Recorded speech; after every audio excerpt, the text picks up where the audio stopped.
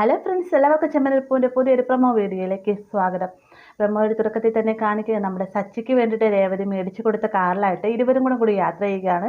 ഈ ഒരു സമയത്ത് രേവതി ചോദിക്കുന്നത്, സച്ചേട്ടന് കാർ ഇഷ്ടപ്പെട്ടു എന്ന് ചോദിക്കുന്ന സമയത്ത് എൻ്റെ ഭാര്യ എനിക്കായി മേടിച്ചു തന്നാലേ എനിക്ക് ഇഷ്ടപ്പെടാതിരിക്കുമോ എന്ന് ചോദിക്കുകയാണ്. പെട്ടെന്ന് തന്നെ രേവതി ചോദിക്കുകയാണ്, എൻ്റെ സച്ചേട്ടൻ്റെ തൊണ്ണ ഇടറുന്നതെന്ന് ചോദിക്കുന്ന നേരത്ത് എനിക്ക് സങ്കടം വന്നു കഴിഞ്ഞാലും സന്തോഷം വന്നു കഴിഞ്ഞാലും തൊണ്ണയിടും, ഇപ്പം എനിക്ക് അമിതമായ സന്തോഷമാണെന്നൊക്കെ സച്ചി പറയുകയാണ്.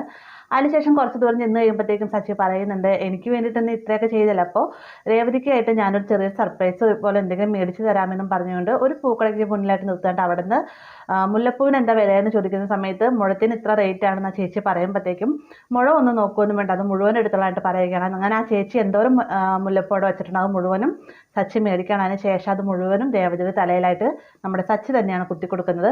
അതിനുശേഷം പറയുന്നുണ്ട്, മുല്ലപ്പൂ കൂടെ കുത്തിയപ്പോൾ നീ വളരെയധികം സുന്ദരിയായിട്ടുണ്ടെന്നൊക്കെ പറയാം കേട്ടോ.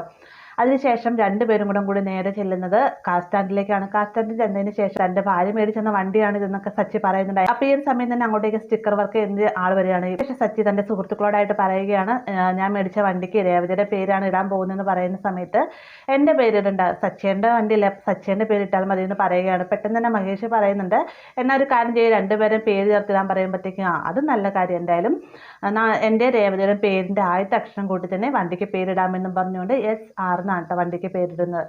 അപ്പോൾ നാളെ എന്തായാലും നല്ലൊരു അടിപൊളി എപ്പിസോഡാണ്. വീഡിയോ ഇഷ്ടമായെങ്കിൽ ലൈക്ക് ചെയ്യാനും കൂടെ ചേർന്ന് സബ്സ്ക്രൈബ് ചെയ്യാനും മറക്കരുത്.